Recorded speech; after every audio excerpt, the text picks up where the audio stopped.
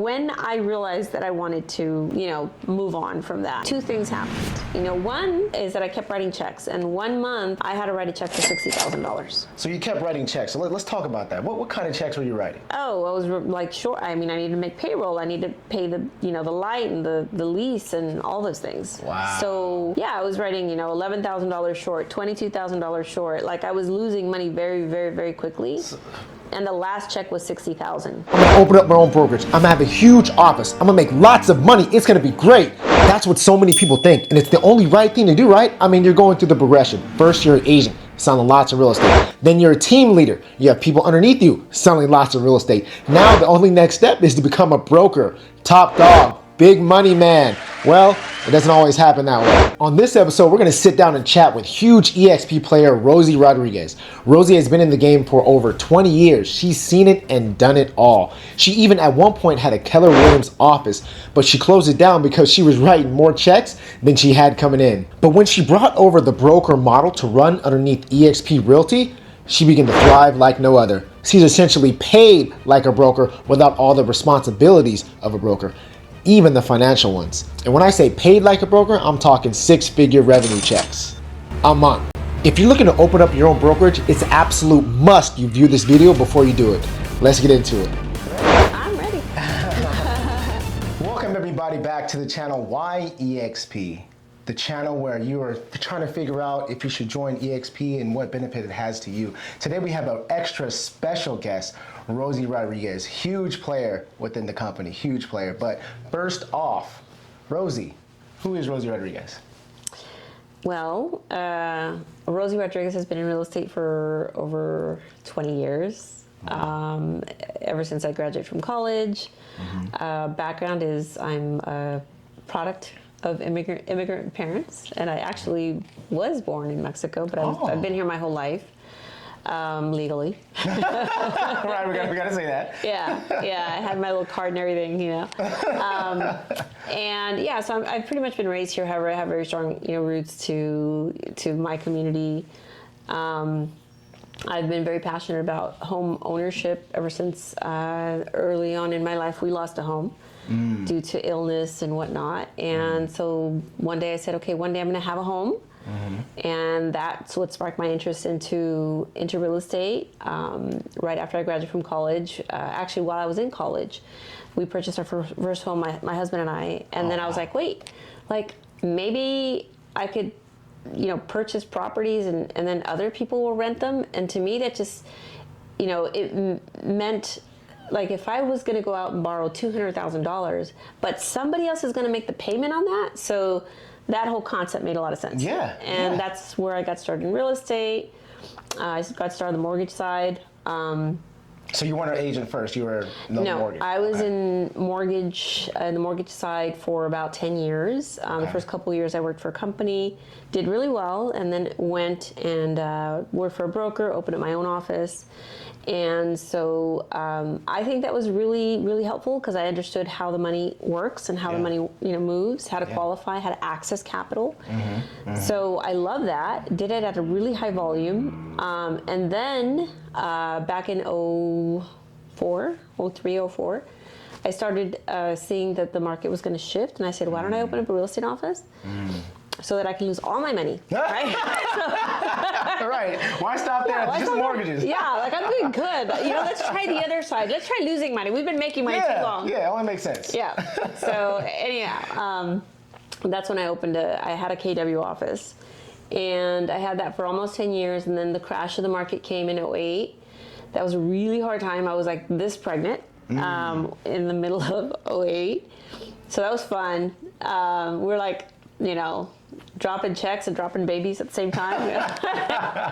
Anyhow, and so, after the turn of the market and after I had my baby, which is at the same time, I was like, okay, this model, this way of working doesn't make a whole lot of sense. When I was on the mortgage side, it was about a dozen people of just high producing individuals. Yeah. And it was run like a corporation because that's what I came from. Okay. And then when I saw the real estate side, it was very loose. And we had the numbers, we had 150, 170 agents. However, it didn't have that same, consistency, and it didn't really feel like a close team. Because everybody's independent, and that's just the way the industry is. Yeah. However, after 6-7 years, I was like, I don't know if I enjoy this as much as I enjoy this. Okay. I enjoy relationship. I enjoy community. I enjoy like the concept of team as opposed to individual. Yeah.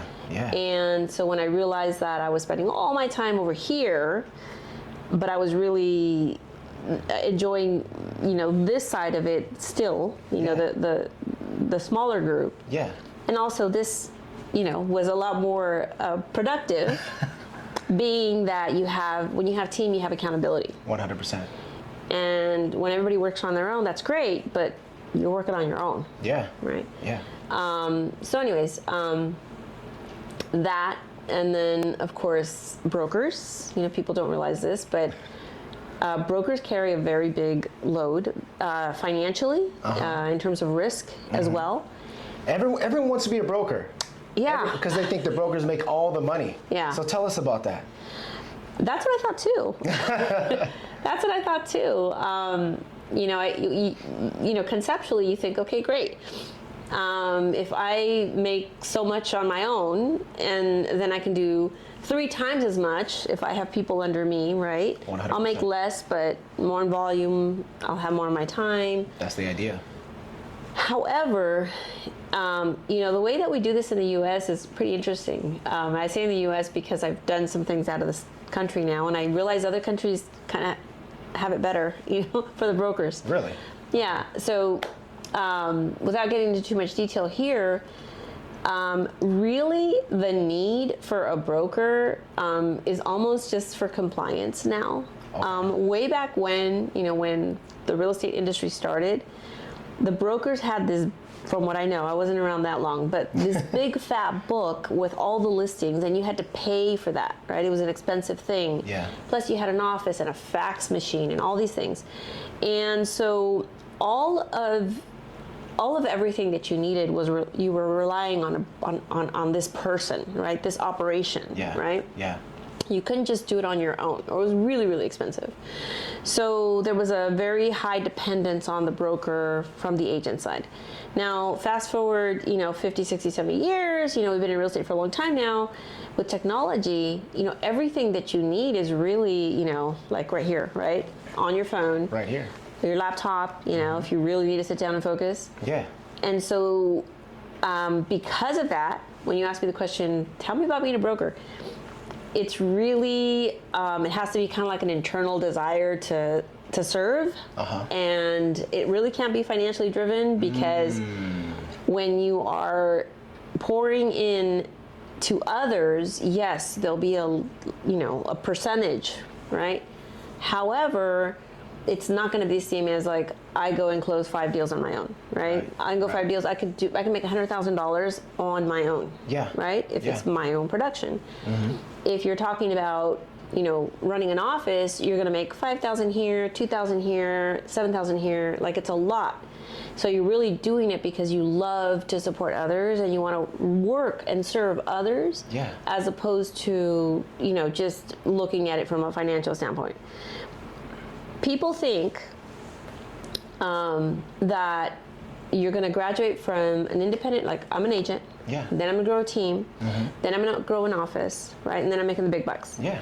Really, you make more money on a team because you're playing together. Everybody's bringing a significant amount of value, right? Hey, I've got leads and you've got time. I've got knowledge, you need training. Like, we're working together. It's an intimate relationship, right? Yeah. In a brokerage, it's a little bit more like a classroom, right? Okay. So it's like, you come into a brokerage and you have like a customer service desk and like you need help, but you're really not getting support, right? It's just, you take a ticket, you know, and then right. And the reality is that the broker doesn't have the capacity to do that one-on-one thing, right? Okay. So if you guys work closer together, what do you have? You have accountability, you've got support, you've got knowledge, you're both vested in a high level, at high level, so you're both more profitable. In a brokerage, you're making a little bit, you offer services, the broker. You offer classes, you offer meetings, you have someone to answer a question on this and that. You have computers, you have an office.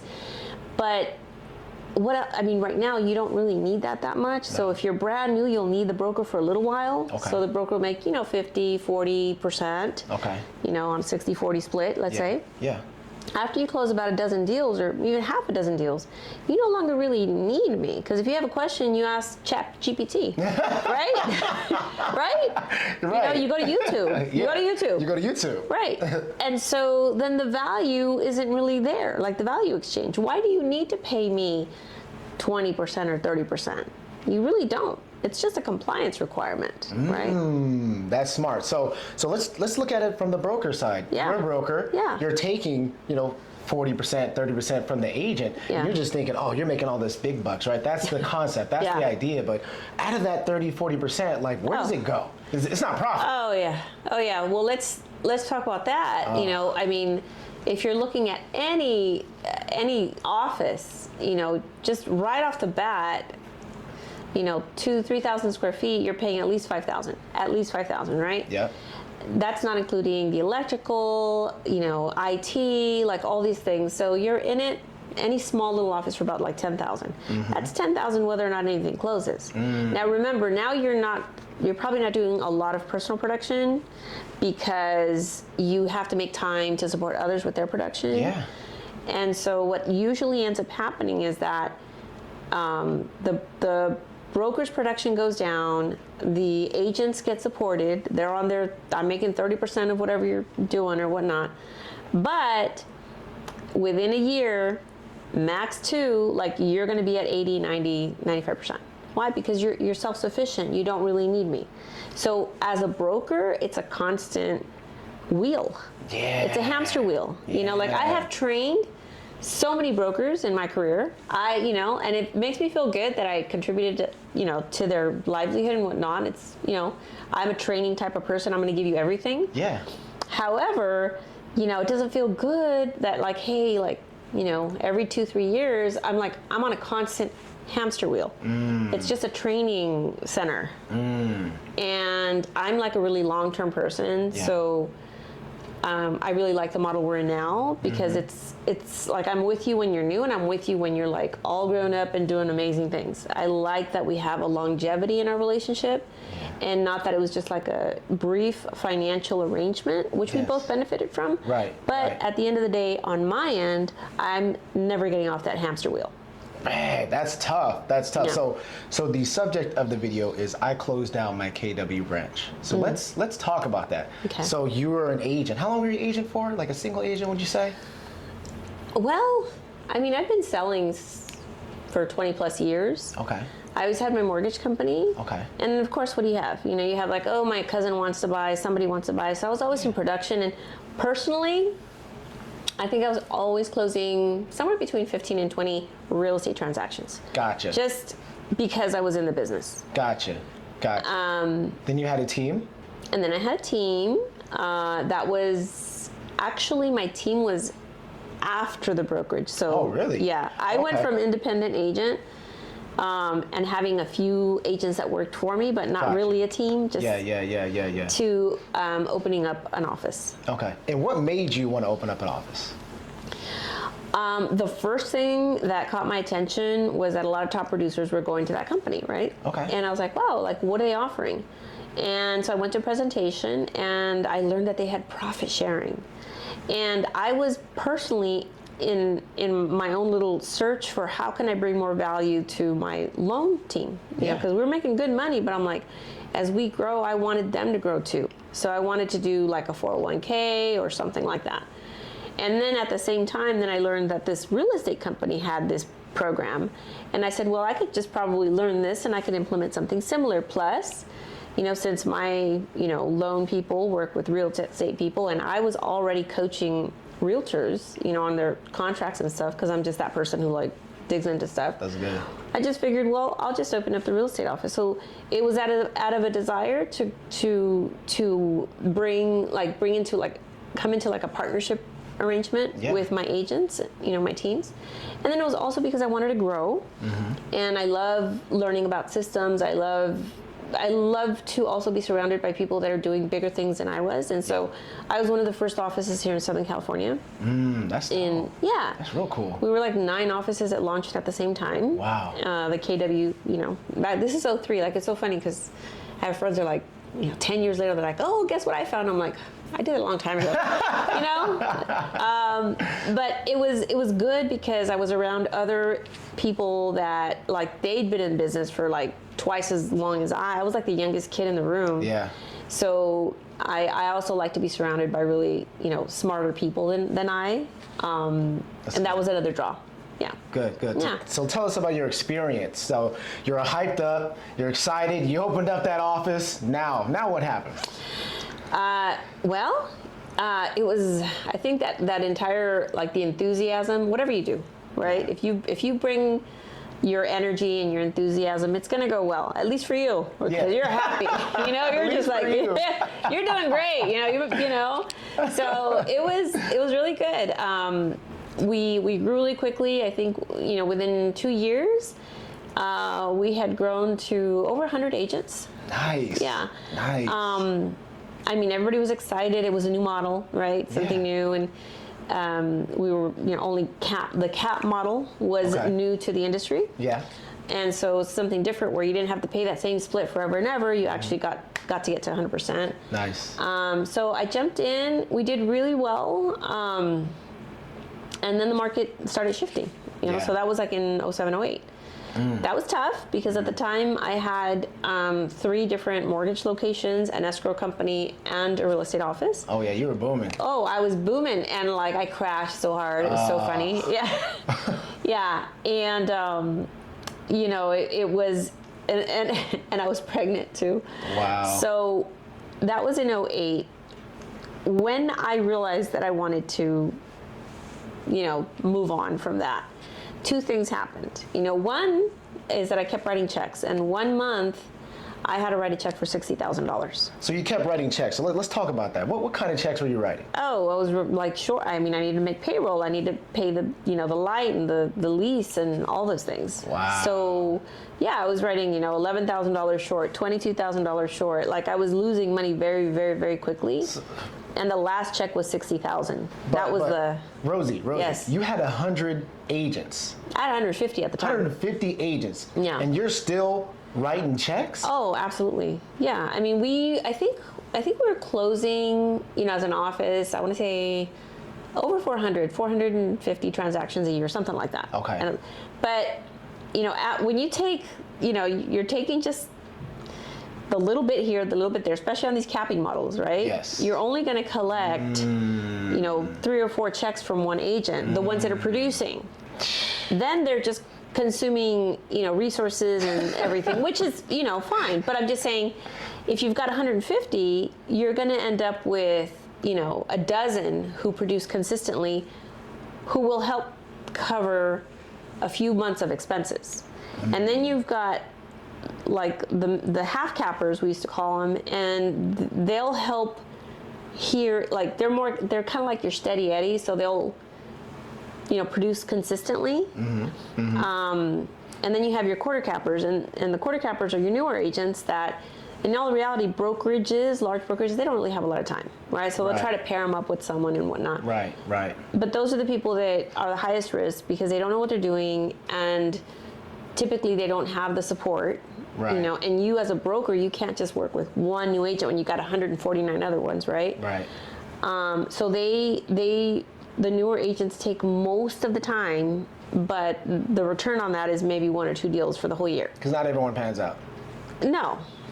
And so when you add all of that up, it's and then you have to pay, 6 figures to a great team leader, and then you have to pay, your office staff really well. We had 10,000 square feet, so we had a nice size office.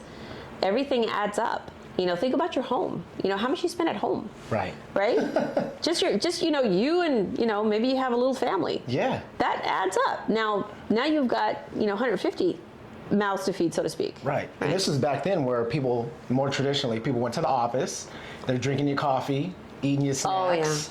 Oh, Yeah. Using your toilet paper. Yes. Those things add up. And then see, in a down market for a broker, the other part of that is that the very first thing that happens is that the agents come back and say, yeah, oh my God, look, I hate to do this to you, but we're not making any money and I really need a higher split. The guy across the street is offering me, everything and then some. So then, your margins get smaller as a broker during tougher times. Yeah. Right? Because everybody's trying to eat and there's not enough food on the table, right? Wow. So yeah. So those were, some of the things that happened, and it was, like I said, the last check I wrote was $60,000.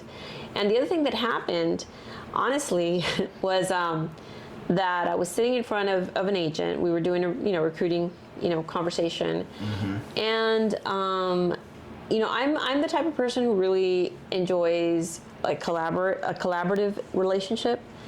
And I feel that every interaction there's value, right? There's something I'm learning right now with you. There's something you're learning with me. Like, that's just the way it is. But I had a conversation, and the person that I was sitting with, I just remember him distinctly being very cocky. He was young. Early Sounds 20s. like a man, young man. It was a young man, Cocky. and I just the energy there was just like, what are you going to do for me? And I was just thinking, by that time, by the way, Ian, I'd already had multiple properties. I opened up an escrow company, real estate company. I had all these offices. I'm a giving person at heart. And so, but just the whole and I'm like, this is not what I signed up for. I was like, I didn't even try. I said, well, you know what? You let me know if you're interested. And that was it. But at that point, I was like, I had my son, right? My son was only like 4 months old. And I'm sitting here talking to this grown kid, Yeah. And I was like, no, like what I picture in my mind, see, with brokers and brokerages, it's all about numbers. Okay. And it started feeling already before, it was like I was herding sheep. And I don't like that. I don't like to think of people as numbers. Yeah. Literally, our phone calls were, what's your net agent count? So it was just like people were numbers every week, net agent count. I'm like, I get that. And we didn't, granted, I had 150 agents. It wasn't like I was struggling with numbers. Yeah. But, I realized that, like, that's not how, if I'm going to design a brokerage or a way that I work with, individuals, it's going to have to be something that feels and is genuinely, more of a team, more of a partnership, not a number that I need to cover my overhead. Wow, that's powerful. Yeah, and that's, kind of what led me to EXP. Okay. Because it was something different. It's like, oh, I didn't have to carry the liability. Yeah. Which, by the way, as a broker, you carry that too. And I had a couple lawsuits. My agents did nothing wrong, but we're in California. Yeah. So we got named because, the banks got named. It was REO days and stuff. So what were some of the biggest checks that you wrote for lawsuits as a broker? Luckily, they were not that big. One of them, picked up. And again, we were just named. It was like an REO thing, and we were just the assigned broker. And so they were suing the bank. We were just part of it. Yeah. And then the other one, the client sued his own agent. It was his agent he sued, not the other agent. And she was the buyer's agent. Didn't sue the seller or the listing office. I deducted that it was probably because they were out of business. We were still in business. And that one, it was just a settlement. My agent ended up filing BK and left me holding the bag as a broker. That'll happen to you too. Damn. And I went to court and I'm like, why are you suing us? I looked through the file. Honestly, my agent did nothing wrong. My agent was a really good agent, like all the T's and I's and everything. And I said, I don't understand why. Like, she did everything right. Yeah. And the answer was, well, somebody has to pay. Wow. Literally. And so that was about $20,000. $20,000? Yeah. 20.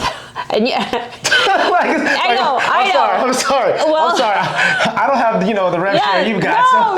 That money is a lot of money. $20,000 is a lot of money. It is a lot of money, and I say that it wasn't a lot because I know brokers that have written checks for $300,000. $300,000. Yeah, $100,000, $300,000. So for me, like, $20,000 was like, I'm either going to pay this now or I'm going to spend this much in legal fees. Right. So it was a strategic decision. It wasn't, but that's the other part. So here with this model, you know, just to go back to the conversation around why did I decide to, you know, look at EXP?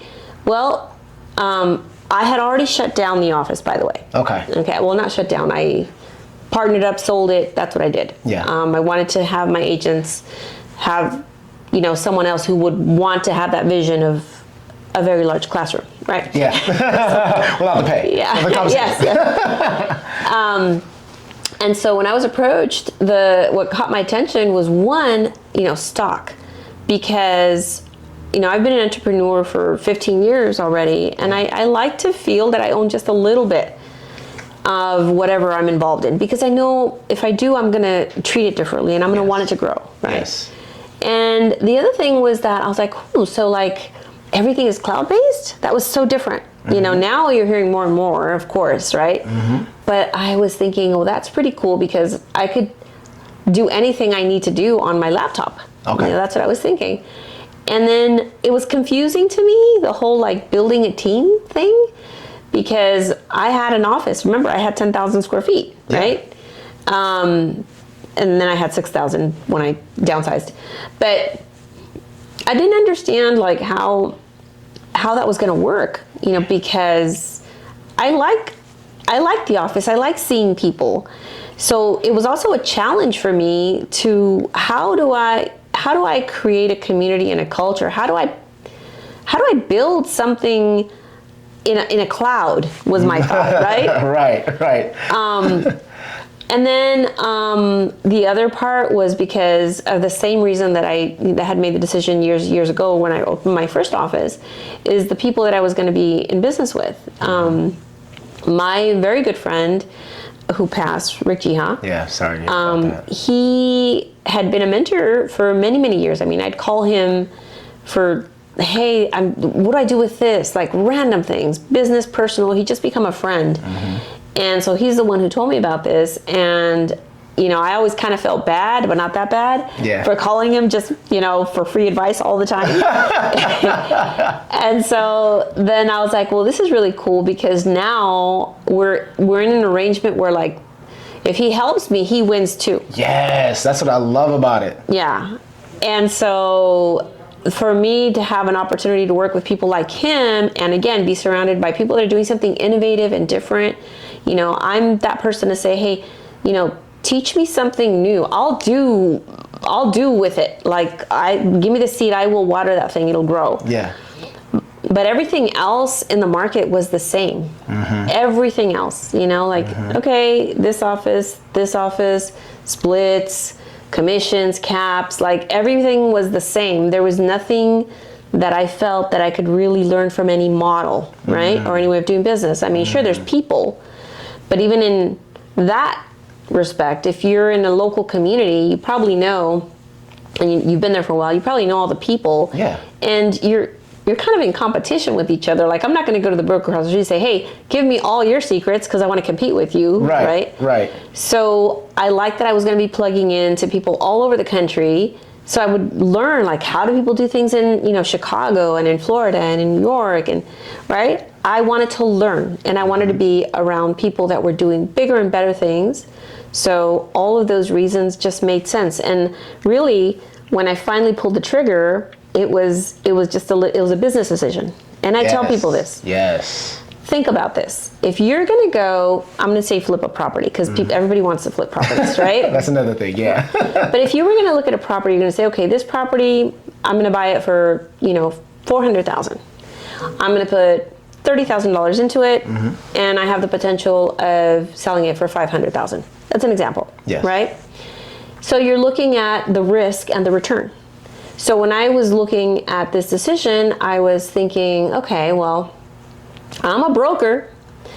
I don't have to pay anything to anyone. If I do this, it's going to cost me $16,000, right? Because that's our cap. Yeah. It's going to cost me $16,000. Well, I started kind of breaking it down. Well, a CRM, which I get for free, would cost me probably at least $5,000 for the whole year. For the whole year, yeah. So I'm like, all right, well, it's costing me like $11,000, right? And then I thought, well, if I get like coaching from Rick, that would be, you know, $2,000 a month, right? Yeah, minimum. Minimum. So that's like another $20,000. I'm like, this is really not costing me anything.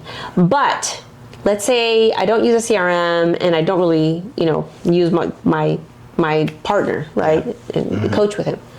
Then I'm $16,000 under, through commissions, not upfront. Yeah. That's, you have to look at what you have to lose, but you also have to look at what you have to gain. Right. And that's what people don't do. Right. Very well or very often. Yeah. People are so caught up in fear, like, oh, what if I don't do well? What if I fail? What if it doesn't work? What do other people think about this? Yeah, what are people? Yeah, you think all of these things, but you realize that nothing changes until something changes, and you're going to be that element of change, right? Mm-hmm. So when I looked at what do I have to lose, I'm like, I have $16,000 to lose. Okay. Many people have spent that on, other things, right? Crazy stuff. Yeah. Then the conversation is, what do I have to gain? Yes. And when you look at that in detail, and I did simple numbers, and I said, well, if over the course of the next 2-3 years, maybe 5-10 people that I know might want to do what I'm doing, might think it's kind of cool too. Yeah. Then, that would pretty much cover my cap. Okay. And anything above that, because of the bonuses that we get, right? Right. We bring an agent on board. The company says, thank you so much forever, right? Forever. They bonus us forever. Forever. So I figured, well, after the first, 5 or 10 agents, if they come to the company, which by the way can be anywhere, in the world. In the world, not just U.S. Yeah. The world. Yeah. And so I figured, okay, well, everything above that in year 3, 4, 5, 10, that's just the company paying me bonuses. So the upside potential for me was a heck of a lot more than the downside potential. 100%. And so that was kind of like my little business evaluation. And I just said, well, I'm willing to risk $16,000 for a potential, in my mind, it was like a potential $50,000 over the course of 5 years. Yes. If I was like, if I make like $10,000 a year, that'll be cool, But what I didn't realize, Ian, and I know you're like smiling, right? You're smiling because what I didn't realize and what now is more apparent is that, just like I wanted to own a part of a company, just like I wanted stock, just because, I like being around people. I like to grow. I don't like to before it was just, well, what broker do I go to now? It's like I could build my own team and I don't need the broker, right? And so, of course we have health benefits, we have the training, the technology, we've got the community, the culture. Other people want change too. Yeah. And so very quickly, just one person told another person, and before I knew it, I was like, I have 26 people that are part of my team. And it was through other people. Yeah. I was surprised. Yeah. And then of course that was about 6 years ago. I was going to ask you, when did you join? So it was about 6 years ago? 6 years ago, January. Yeah, just about 6 years ago. Mm-hmm. And how has it been since then? Well, I can tell you that it's been great. And the number one thing, I know people would say, oh, you've been here for 6 years. I have over 3,000 agents now. God damn, 3,000? I know. How many people did you personally bring to the company? Let's start off with that. I think over the course of 6 years, I've probably brought about 80 people. Oh, that's good. 6 years. That's good. Yeah. How many now? And there's about 50, right? Because people have gone and whatnot. Right. Right. But I mean, if you think about it, what was that? 10 a year? About 10, 11, 12 a year? Yeah. Yeah. But, a dozen of those are my close friends and family, right? Okay. But the growth really has been, it's been incredible. It's been amazing. The biggest win for me, like I said in the very beginning, is the relationships that I have been able to establish and create. Because I was reading something the other day and I posted it. When you think about, if I threw off 5 famous names, Pulitzer Prize winners, right? You probably aren't going to recognize any of them. Yeah. Because, you're just that's not your space, right? Or our space. And however, if I ask you like who, name, your favorite teacher, name, your friend in high school that like really impacted your life, name, your relative, name that friend, name that person at work that taught you your first this and that. Yeah. When you think about those things, those are the real things that you remember. Those are the people. And so when I think about the last 6 years, I think about all the people that I've had a chance to work with, because they've enriched my life. They've taught me something. They've helped me grow. I've helped them grow. We've laughed. We've cried. Like those are the things that you take with you. So when you're comparing this to that, to this to that, all offices have great people and all the good things, but this opens up a whole entire new world. And really, Ian, you find like we met not long ago through someone to someone to someone to someone, right? You'll find that when you start connecting with people like you, like-minded, like energy, like they bring people like-minded, like energy, and so you build this little bubble of goodness, and you'll get out of it what you put into it. 100%. If you plug in, if you raise your hand, if you come to the meetings, we have Zoom meetings, in-person meetings, all that stuff, then you'll plug in. It's just like high school, right? Yeah. In high school, there's clubs. Yeah. And there's those people that just go to class and go home, right? Right. So, but my point is just that the biggest rewarding, the most rewarding thing has been those relationships and those people and what I've learned and how I've grown, and the challenges, the opportunities. EXP was 6,000 agents. Now we're like almost 90,000. Wow. And when you're with a company, we're still a baby. We're still a baby. We're not where we're going to be. Yeah. But when you're part of a company that's still in that growth mode, there's a different energy. Yeah. Some of these companies have been around for like 100 years, and you're like, it feels like 100 years. It feels right? like 100 years. Right. I'm not going to name them on here, but you know what we're talking about. It's just, and the thing is, people grow through phases, companies go through phases. Yeah. And so, this company is innovative, they're exciting, and all that stuff. And hey, by the way, when you start helping other people, the model rewards you.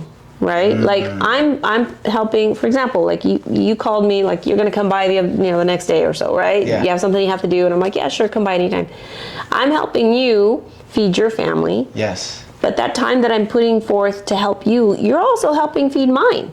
Yeah. Because of the way the model works. For like sure. It's really like a symbiotic relationship where we're helping each other, we're supporting each other, and everybody wins. And that's what people don't understand. People think like, oh, there's these different recruiting models and this and that. Well, have you ever like been to church and you want to take your friend with you because you just love church? Yeah. Right? Like, oh my God, you got to listen to this pastor. Yeah. Or a restaurant, right? Or like something like that. So when you care about people, like you want to bring them along. 100%. And that's what this is. That's what this is. It's just, you want to surround yourself with people that you enjoy, you want to pour into them, you like hanging around with them. You want to grow together. And really the genius in EXP is that they've created a home for all of us weirdos that like people. That want to help people. Yeah, right? and are ambitious, and we want to grow, and we want to learn how to invest, and we want to grow teams and, all those things. Yeah, I love it. So you touched on it a little bit, right? So you've grown exponentially the last 6 years as far as collaborations, partnerships, self-development, right? What about business-wise? Have you created or started any new businesses since EXP? I know you had before, you had the mortgages. What about escrow? Did you have escrow before, or is that new? I had escrow before. Okay. Yeah, I've had escrow and mortgage for about 20 years, both of them. I've had other opportunities, so I've flipped some properties. Nice. I've started purchasing some stuff out of state. Nice. Nice. I think that goes back to Ian. So for example, right now I've done a lot of investing in Ohio. Okay. And one of my agents is in Ohio, right? So now like we work together in a different format. Wow. Them doing some things, out of the country, which is again opportunity that's coming because of my connections in the company. So I'll tell you that in terms of, you're here, in what other ways have you grown? I think that I've grown in opportunities. I've had the opportunity to lead EXP Latino. Oh, wow. And connect, that's like a nationwide, actually international network. Yeah. I've had the opportunity to be part of like the women's initiatives that we have inside of EXP, which is awesome. And I'm very passionate about you ladies and, really having women operate from a business standpoint and, having a voice, a business voice, and growing.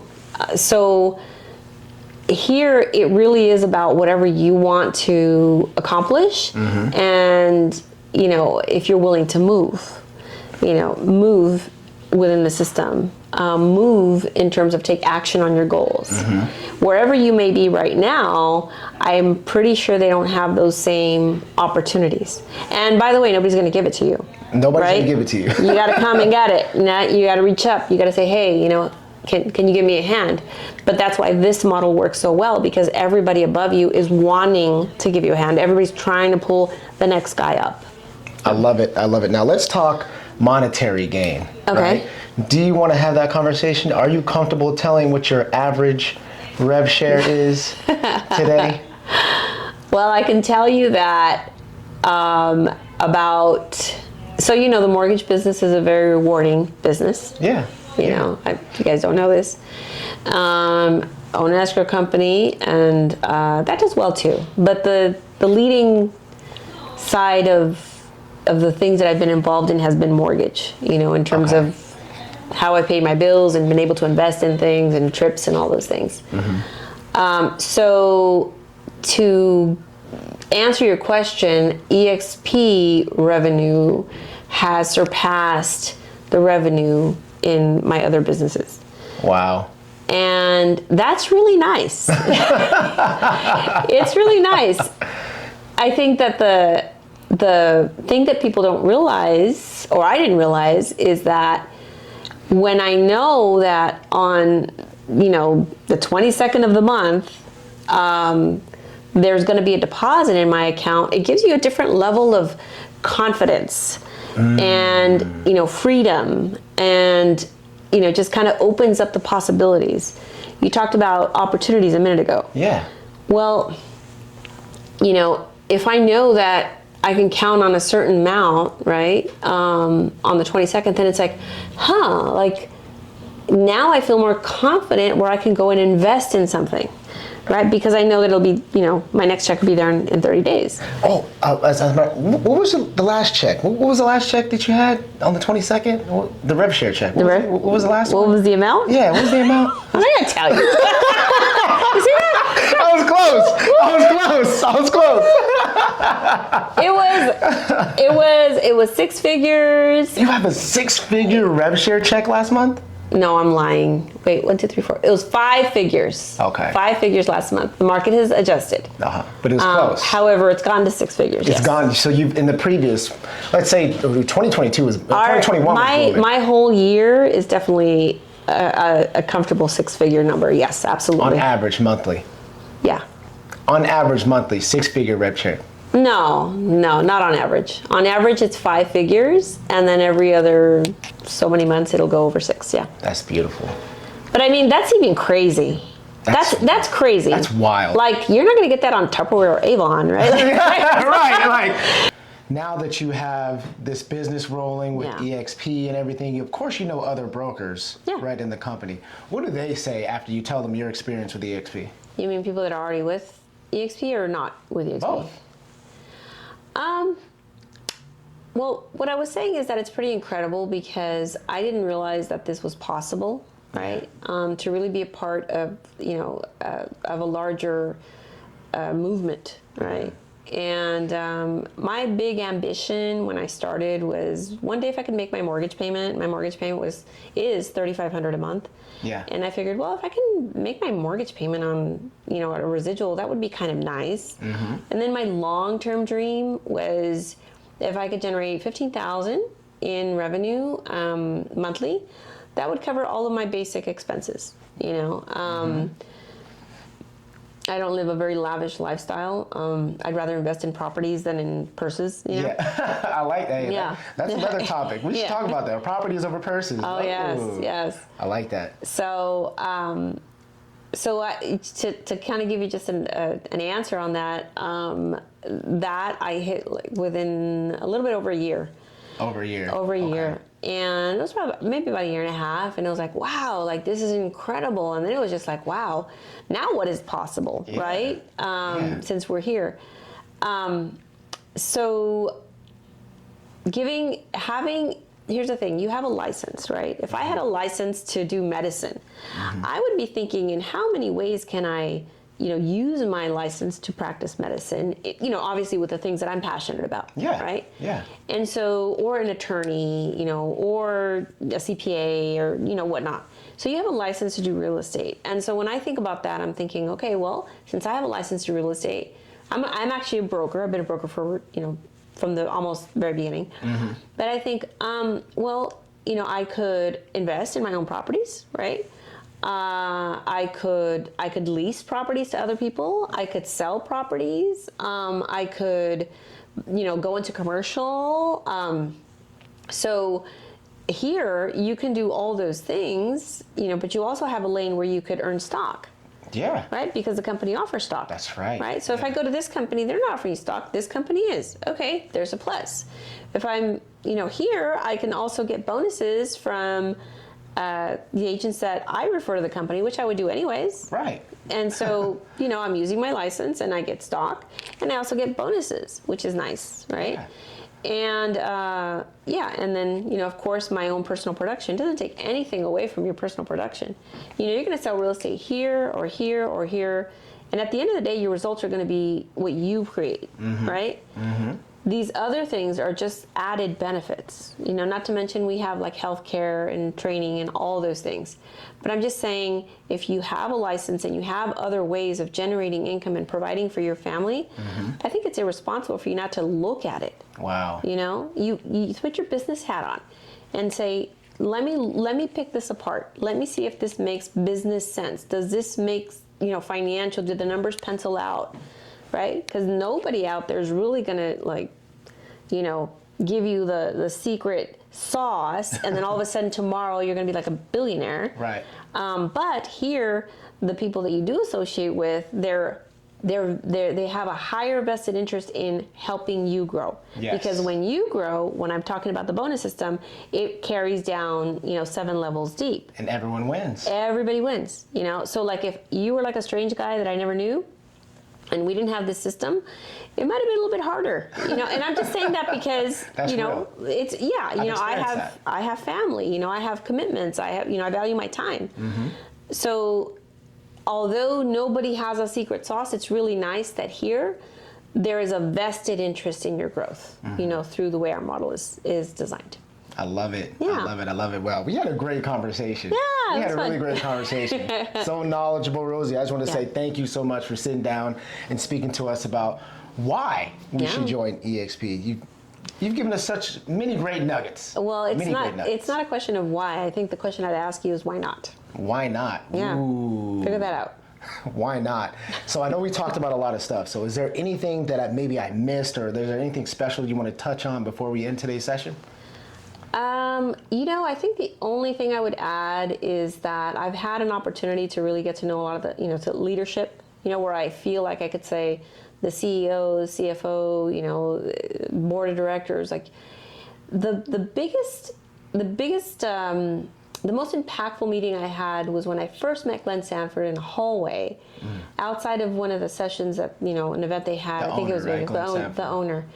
He is such a humble man. And he is such a down-to-earth person. And I think that when you look at different company structures and whatnot, I like to follow real people. Yeah. I like authenticity. I appreciate people that are humble.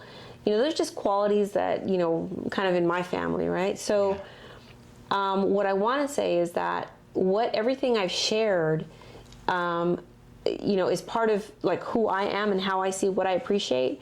But I want people to know that the people that are leading the company are as authentic and genuine and just really about the vision and about, about us. It's not a corporate feel. It's not the suits and the boardroom and the red tape. Yeah. It's just a bunch of, smart real estate crazies, Crazy family. Yeah, following a dream. So Crazy family. Join us. Join us with the dream. Come join us. So Yes. thank you so much once again, welcome. Rosie. I really appreciate Yeah. it. Well, we need a part 2. I feel like we need a part 2. Sure, 'Cause anytime. You're amazing. So do you mind me sharing your information on how they can reach you, go how they can ahead. find you? Okay, so what I'll Yeah. do is I'll put everything in the description below of how you can reach us, how you can find us. Yeah. If you have any questions on why you should join EXP, or we have a question for you why you are not with EXP, Yeah. let us know. Talk to you guys soon. Bye, guys. Bye.